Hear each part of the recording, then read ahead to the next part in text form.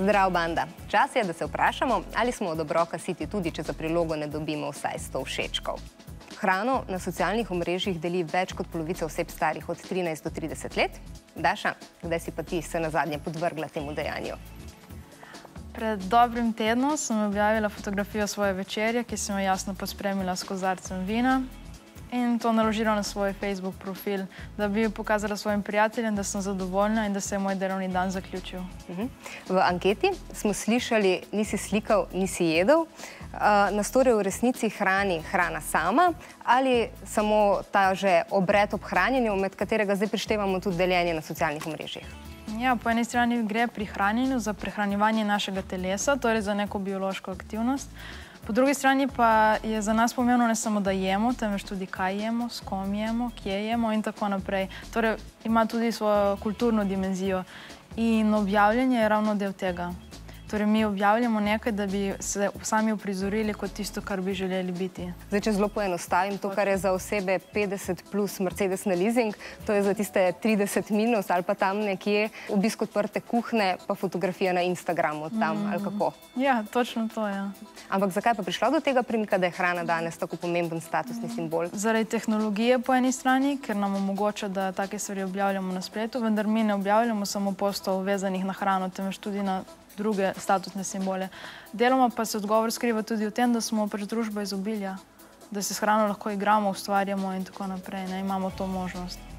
Zdaj pogosto slišimo tudi, povej mi, kaj ješ, pa ti povem, kdo si. In če se greva en tak čist kratek kviz, jaz jem kruh iz bele moke in zelo redko zaidem v trgovinah med police z bioprehrano. Kdo torej sem za današnjo družbo? Za današnjo družbo, če sem zelo kruta, in kruh je dober primer, zato ker je še do nedavnega veljal za praznično jed, zdaj pa je nekaj, kar velja praktično za poden vseh dobrot. Posameznik je bel kruh, verjetno ni prav zdrav, ne da veliko na svoje zdravje, torej do neke mere tudi škrt in podobni negativni pridevniki.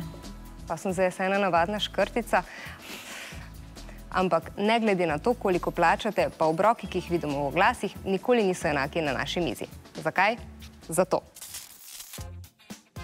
Foodstylist je nekdo, ki skrbi za to, da se gledalcu ob gledanju televizijskih ali pa oglasov v tiskanih medijih pocedijo sline.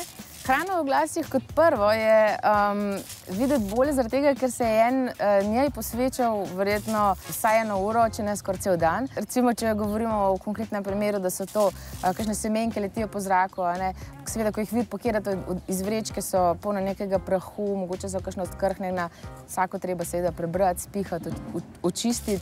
Potem pa seveda glede na vsako sestavino poskrbi, da je ta popolna. Načeloma jaz pri foodstyliranju uporabljam samo naravne sestavine, naravne konzervanse, včasih se pa seveda uporabljajo različne substitute, spreje, lake in tako naprej. Recimo tudi pri samem snemanju sestavin se niso uporabljali originalne, ampak mislim prave, ampak so se uporabljali recimo nadomestki, kot je mleko za barvo, za med in javorjev sirup se uporablja motorno olje in tako naprej. Zdaj pa nazaj v realnost naših krožnikov. V socializmu je bilo zelo pomembno, da je bila hrana hranljiva, danes je pomembno, da je zdrava, lokalna, po drugi strani mora biti pa eksotična, da so lepše fotografije. Kaj ta kontradiktornost pove v bistvu o nas in naši družbi?